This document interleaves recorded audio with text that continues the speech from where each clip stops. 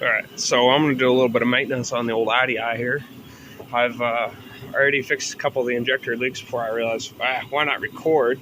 So I need to tighten up this vacuum pump belt. I got my tripod set up. I don't know how well it's actually going to work.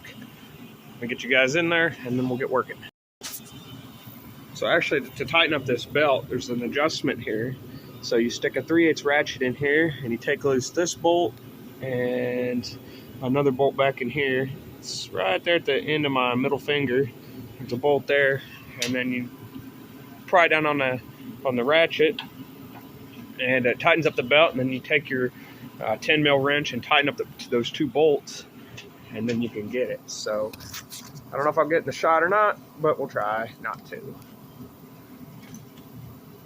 I can't really get you guys down in there because I got to be right there, but you get the point.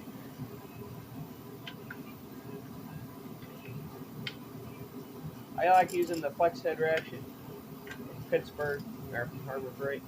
So as you can see, I don't know, maybe you can. You push down on that and it tightens up the belt, which it really needs tightened. I didn't realize that these had an adjustment on them for the longest time. So the old 6.9, this is actually the vacuum pump and stuff off of it. Because that one tight.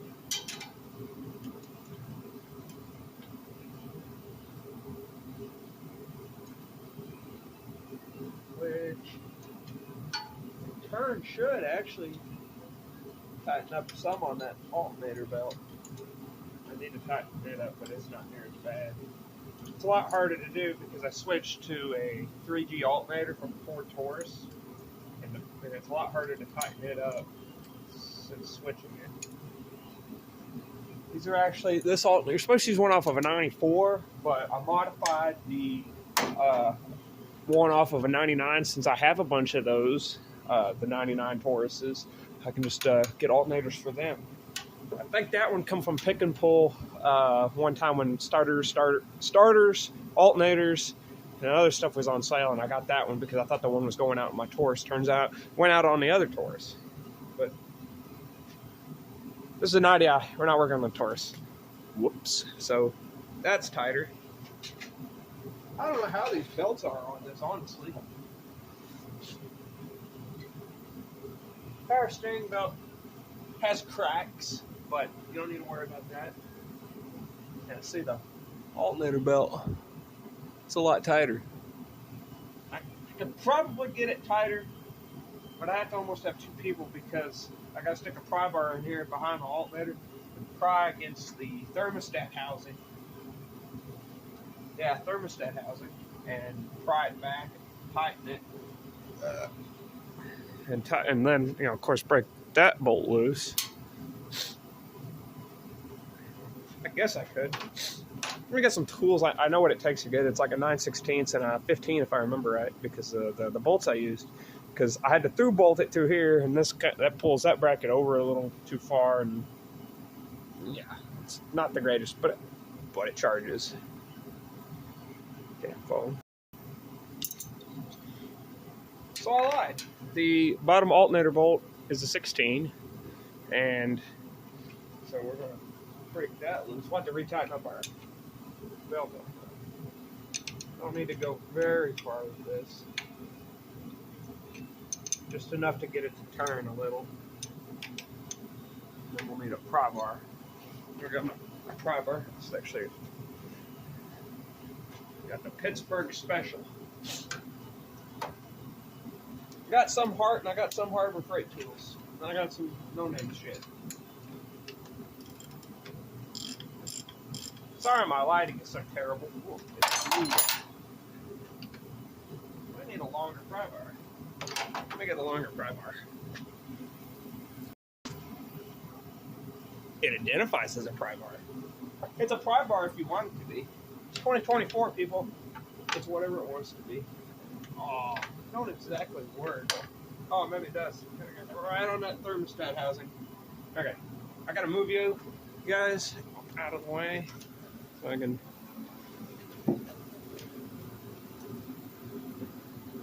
This tripod sucks. Don't help that I left it outside for like a long time.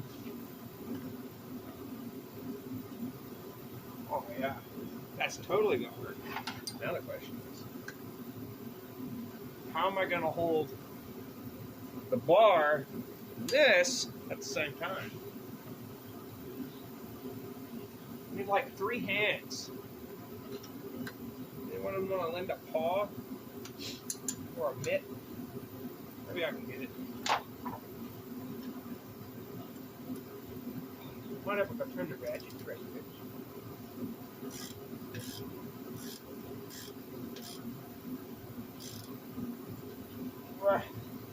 Snap!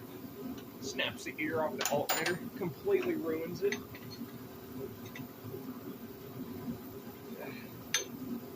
You're using it open it. Why don't you use the box end? Yeah. I do want to do house stuff I want. Work on cars 24/7. Almost 24/7. I work as a mechanic. I know what I'm doing. See, going around the head off that bolt. That way that next guy has a hell of a time getting it off. Be me. That'd be this guy right here, right behind the camera. Alright, they identify the pry bar work. Oh, that alternator belt is. Look at that belt. That's nice and tight.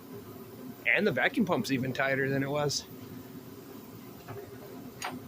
Snug those up, make sure. Use a 10 mil. Surprisingly, I still have all my 10 mil stuff. Actually, just had a socket right here. Maybe it'll focus. 10 millimeter. See, it's not gone. I left it right down there, and the next time I'll need it, it'll be gone. So now I'm gonna need to replace this upper rad hose. She's a little squishy from the oil cooler in this thing. You know, taking a hike and letting all of the letting all that lovely stuff in the rad. Yeah, it's not as bad as it used to be. It used to be way worse than that. So this is actually a turboed IDI without the turbo. I may or may not have borrowed the turbo off of it. Actually, kidding. It was never on this engine in this truck because he doesn't need it. And I think the turbo's screwed up anyway. So what I want to do next, maybe not this video, is I want to turn that injector pump up a couple of flats. Maybe I can show where you turn them up at. See that little plate down there? That little puppy, that one right there in the middle of your screen. See, that's the magic hole, and that's the one used to turn up the pump. Well, one of these days, when I get a minute or two, maybe today, I'll turn up the pump in her. See, oil coming out of the PCV is a good thing, right? I mean, this truck's barely wore out. Engine. It don't even really use that much oil. I added like a couple quarts of oil to it a couple months ago. It was like December I added some. I just added a quart the other day. It's still good. I also had to replace the fuel filter housing, or the fuel filter, not the housing, because I have a tendency to plug up running used oil in it. But other than that, oh, I got the flatbed on her too. It's got this nice toolbox that's, whoa, there's an extra filter that come off of it. It's got this toolbox on it, pretty nice, not staying because I hate it. The door weighs like 1,000,000 pounds. But I got, kidding. I got a license plate light on it, and I got 2 new tail lights stuck in it. I got side markers here.